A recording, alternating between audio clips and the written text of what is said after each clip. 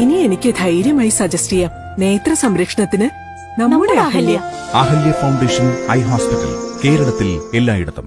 മാലിന്യമുക്ത നവകേരളത്തിന്റെ ഭാഗമായാണ് കൊപ്പം ഗ്രാമപഞ്ചായത്തിന്റെ നേതൃത്വത്തിൽ 2025-26 വാർഷിക പദ്ധതിയുടെ ഭാഗമായി കുട്ടികളുടെ ഗ്രാമസഭയും ഹരിതസഭയും സംഘടിപ്പിച്ചത്. പരിപാടിയുടെ ഔദ്യോഗിക ഉദ്ഘാടനം കൊപ്പം ഗ്രാമപഞ്ചായത്ത് പ്രസിഡന്റ് ടി ഉണ്ണികൃഷ്ണൻ നിർവഹിച്ചു. ഗ്രാമപഞ്ചായത്ത് വൈസ് പ്രസിഡന്റ് കെ ബീന ഉദ്ഘാടന ചടങ്ങിൽ അധ്യക്ഷത വഹിച്ചു.